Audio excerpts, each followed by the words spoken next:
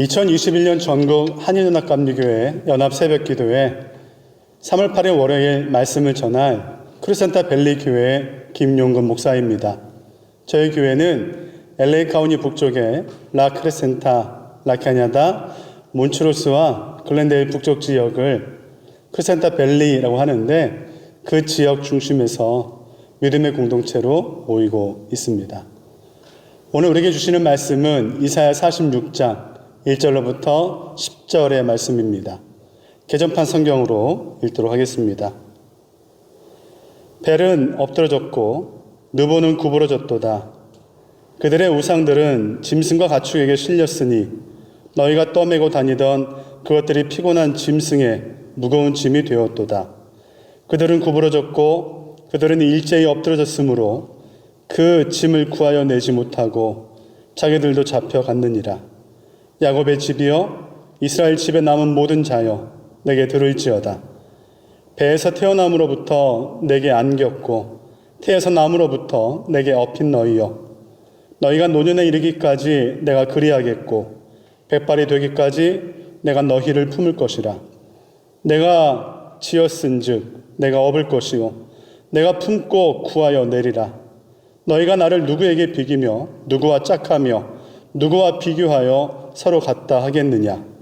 사람들아, 주머니에서 금을 쏟아내며 은을 저울에 달아 도금장에게 주고 그것으로 신을 만들게 하고 그것에게 엎드려 경배하며 그것을 들어 어깨에 메어다가 그의 처소에 두면 그것이 서 있고 거기에서 능히 움직이지 못하며 그에게 부르짖어도 능히 응답하지 못하며 고난에서 구하여 내지도 못하느니라.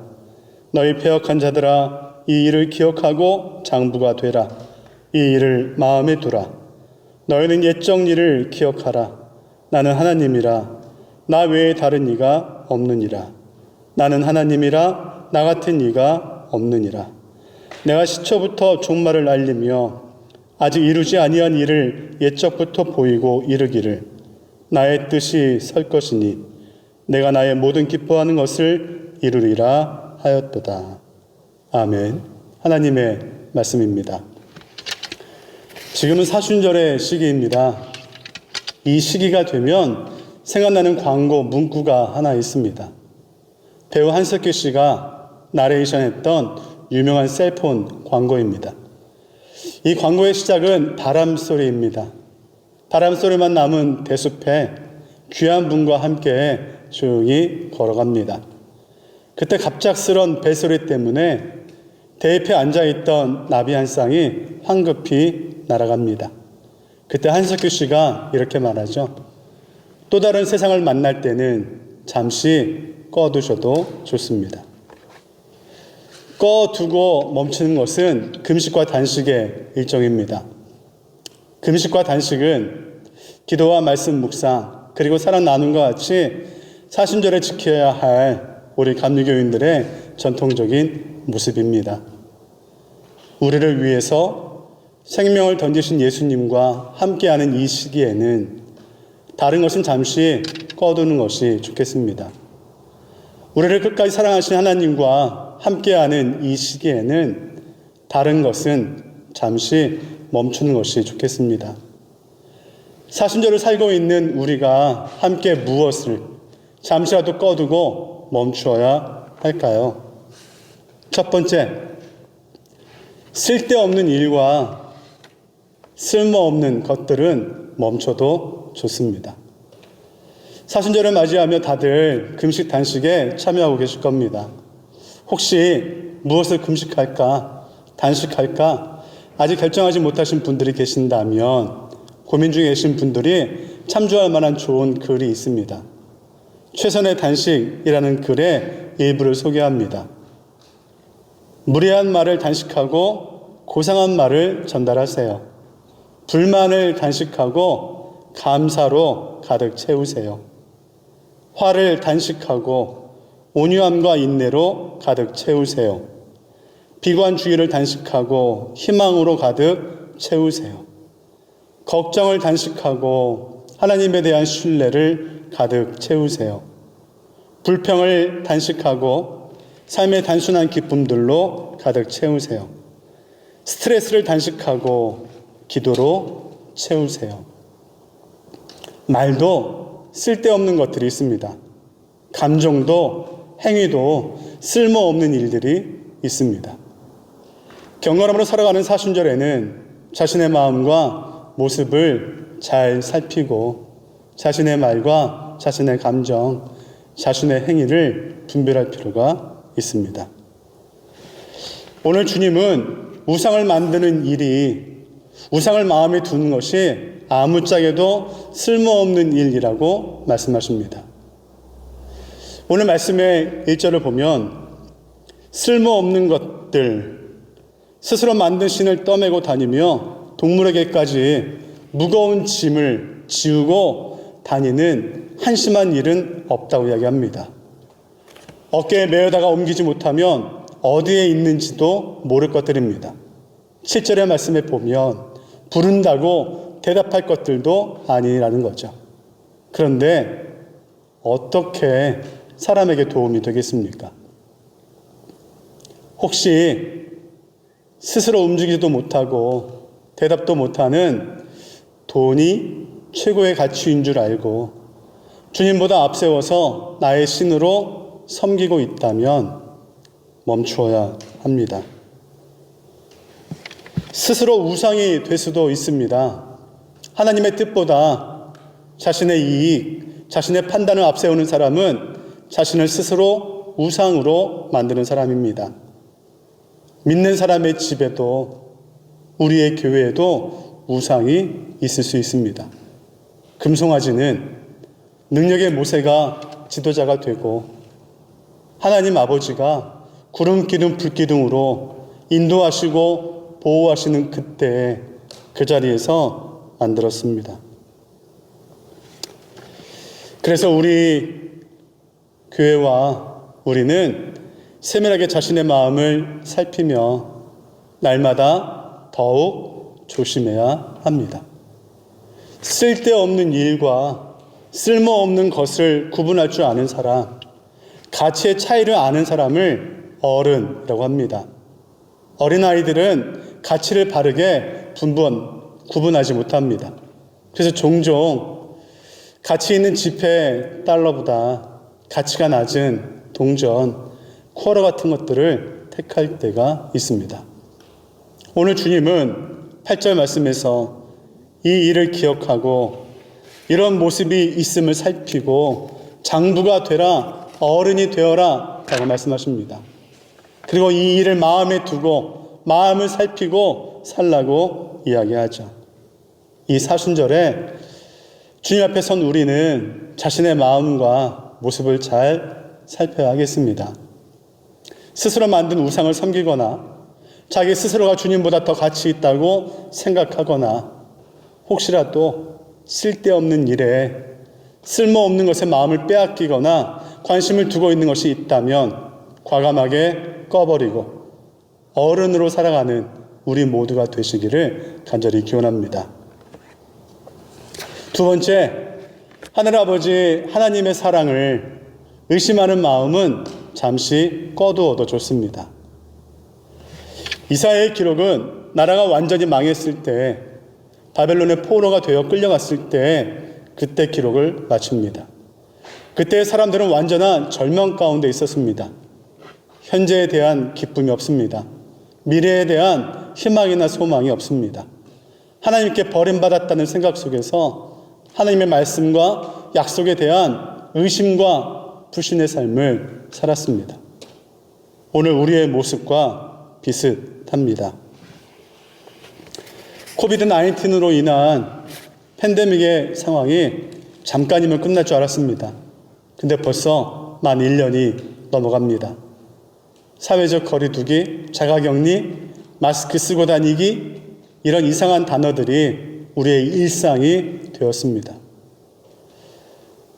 미국에만 사망자가 52만 명이 된다고 합니다. 이런 현상들을 보면서 역사를 이끌어 가시는 하나님에 대한 불신이 생기기도 합니다.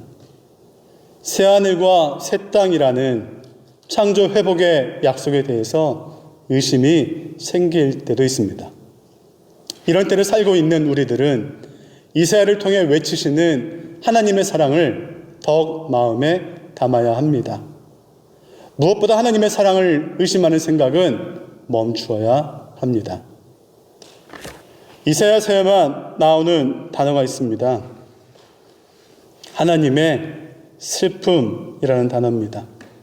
슬프다 범죄한 나라요, 허물어진 백성이요, 행악의 종자요, 행위와 부패한 자식이로다.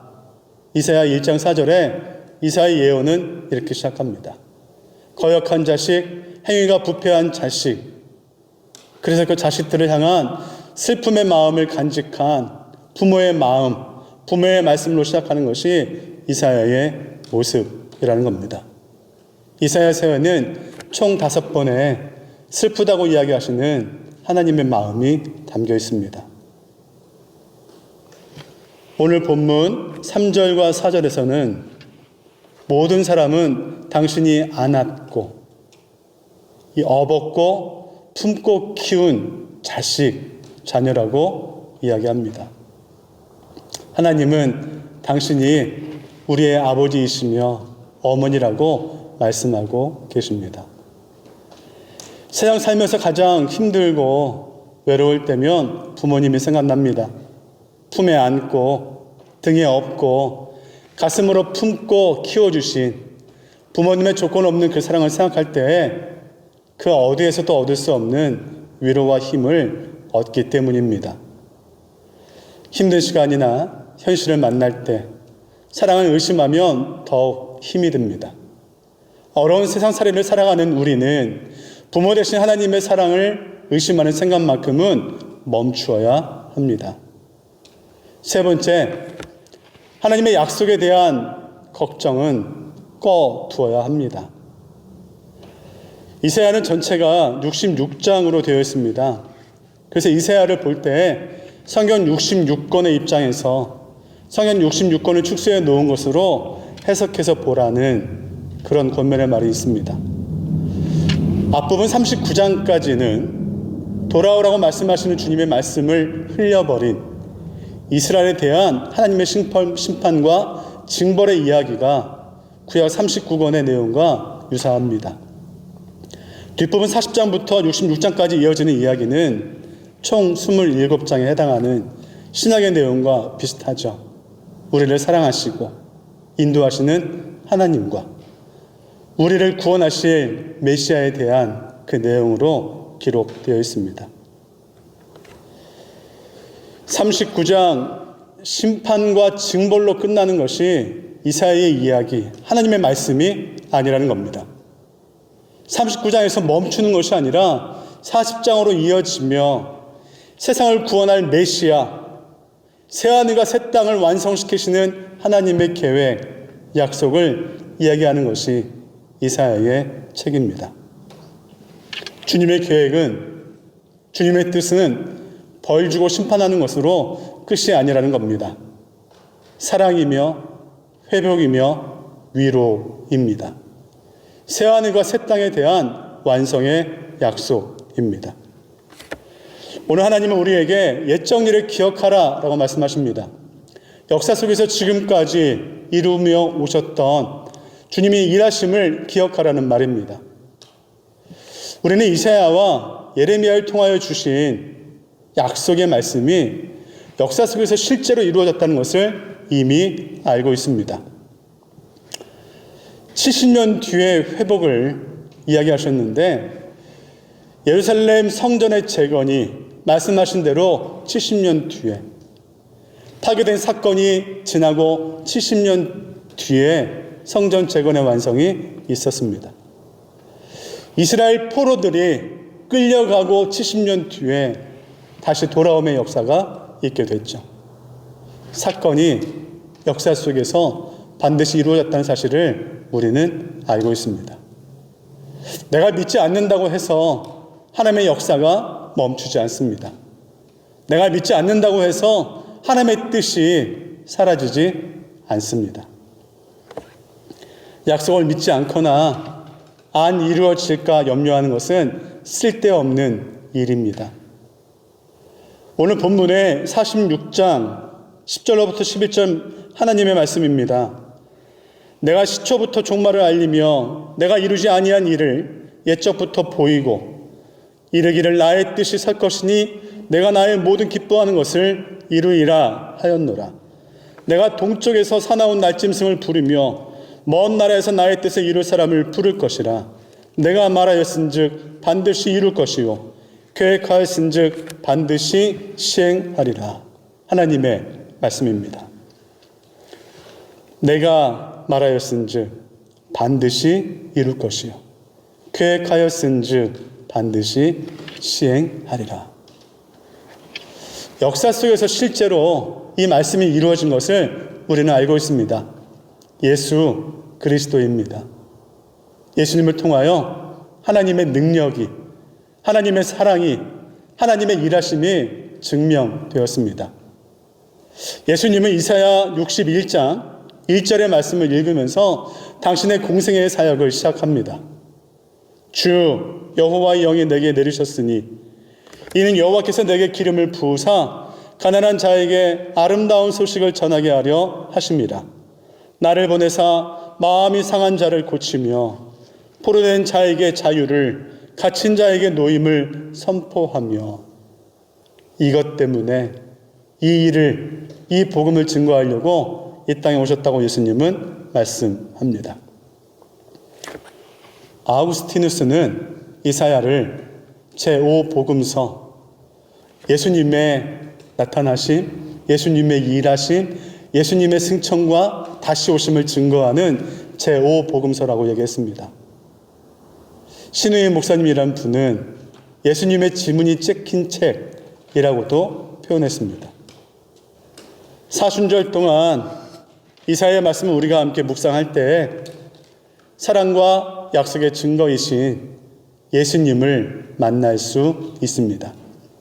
주님을 만나서 아름다운 소식, 기쁜 소식을 가슴에 품고 주님의 위로함에 사랑을 회복하고 주님의 도우심에 대한 희망으로 오늘도 승리하며 살아갈 힘을 얻는 저와 여러분, 우리 모두가 되기를 간절히 축원합니다.